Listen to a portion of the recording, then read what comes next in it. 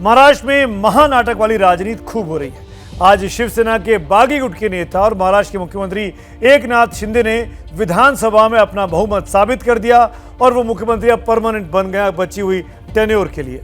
शिवसेना के 55 में से 40 विधायकों ने सरकार का समर्थन किया, यानी बागी गुट ने। स्पीकर ने शिंदे गुट को शिवसेना बता दिया है।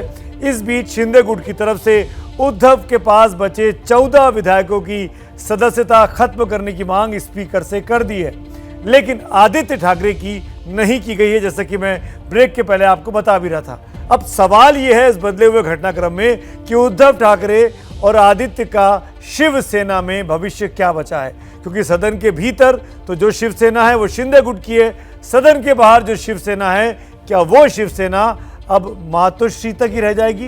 क्योंकि खबर तो ये भी आ रही है कि शिवसेना भवन पर भी कब्जे की लड़ाई शुरू होने वाली है। बता रहे हैं मेरे इस खास रिपोर्ट में, देखिए मेरे सहयोगी जितेंद्र दीक्षित और रौनक कुकड़े क्या बता रहे हैं।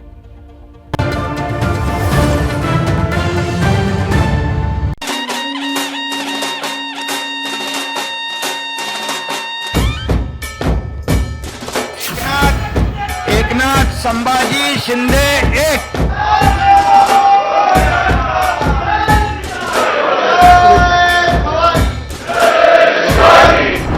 जीत तो पहले से पक्की थी, बस विधानसभा में मुहर लगनी थी। महाराष्ट्र की शिंदे सरकार के पक्ष में 164 वोट पड़े और जवाब में विरोध करने वाले 99 पर सिमट गए। शिंदे ने इस जीत को पुराने अपमान से जोड़ दिया।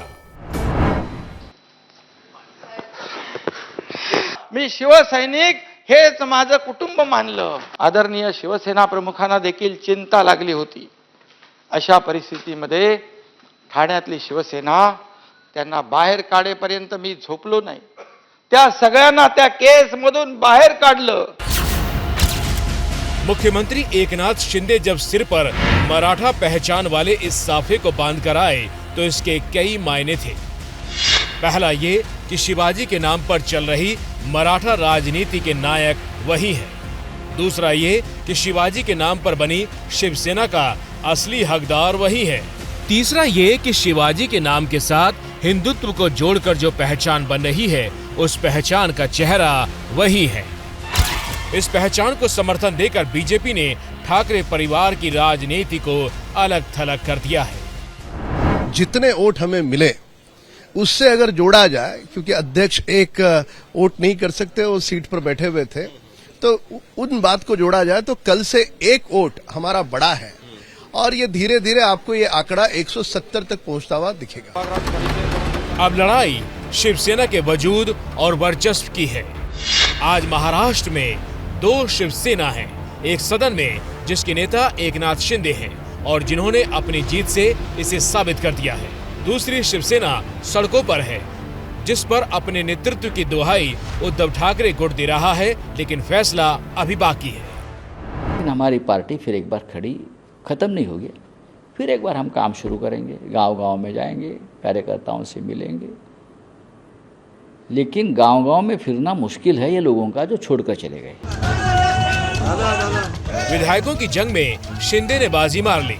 विधानसभा में शिवसेना के दफ्तर पर शिंदे गुट का ताला जड़ गया, लेकिन सांसदों की जंग में पलड़ा अभी ठाकरे का ही भारी दिखता है।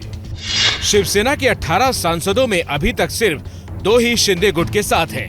एक श्रीकांत शिंदे जो मुख्यमंत्री शिंदे के बेटे हैं और दूसरी भावना गवली। बाकी सांसदों का भरोसा अभी तक उद्धव में ही दिखता है।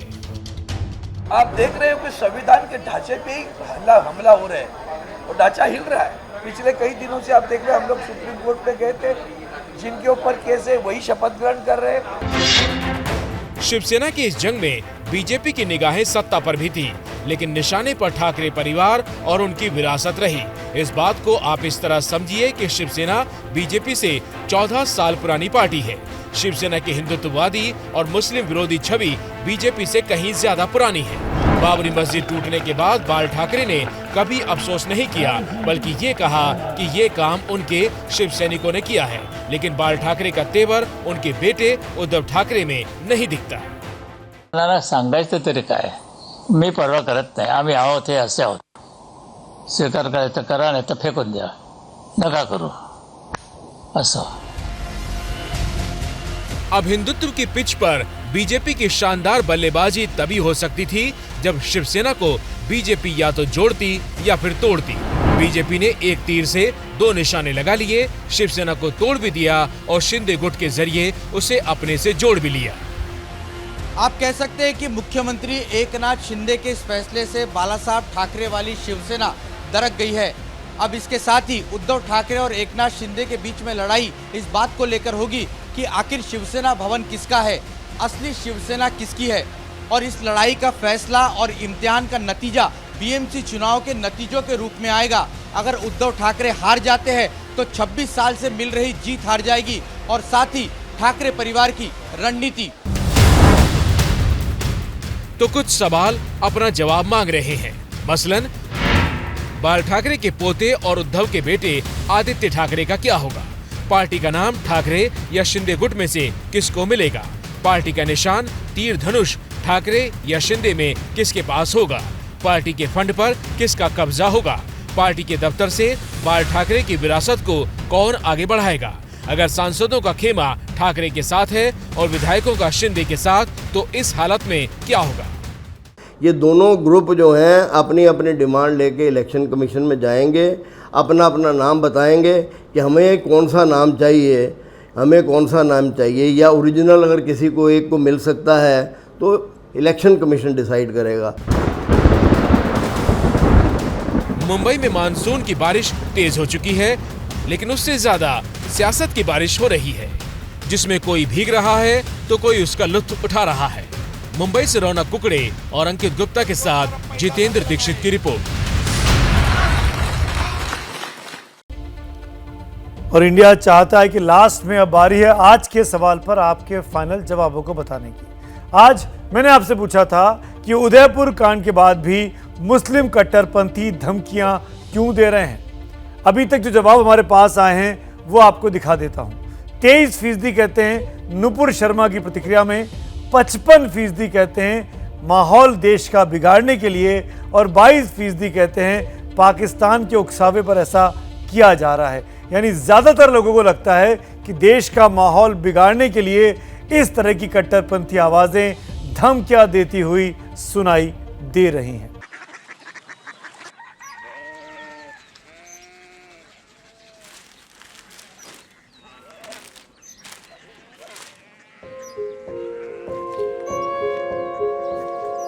बाबा बाबा कोरिया सिटी जानिए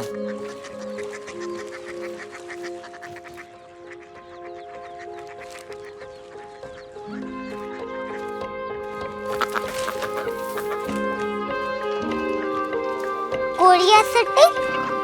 हाँ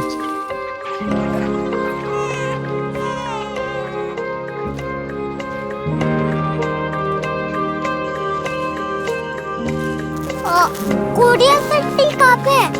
शहर अंग्रेजी लगे हैं.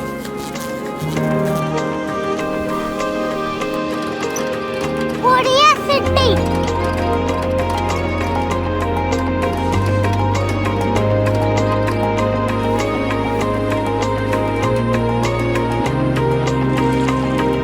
वो बहुत दूर है.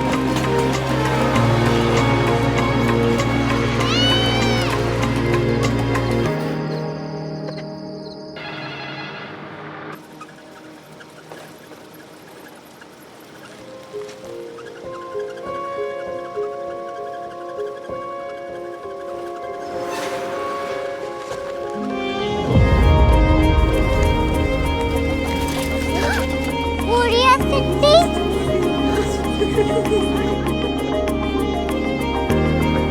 दुनिया को कुछ लोग बड़े होते हैं. कोरिया सिटी कहाँ है? प्रोफेसर साहब को पता होगा.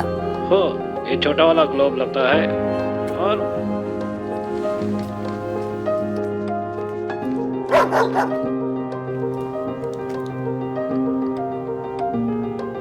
पता नहीं, मेरी बेटी से जाके मिल लो, शायद उसे मालूम हो.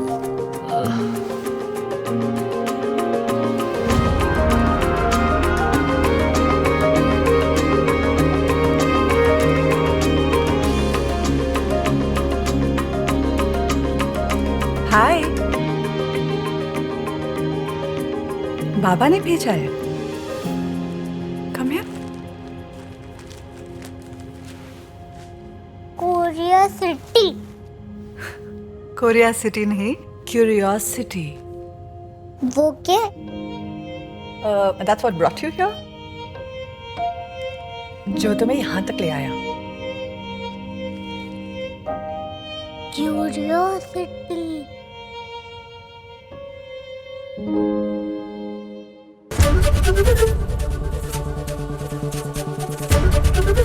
एबीपी न्यूज आपको रखे आगे।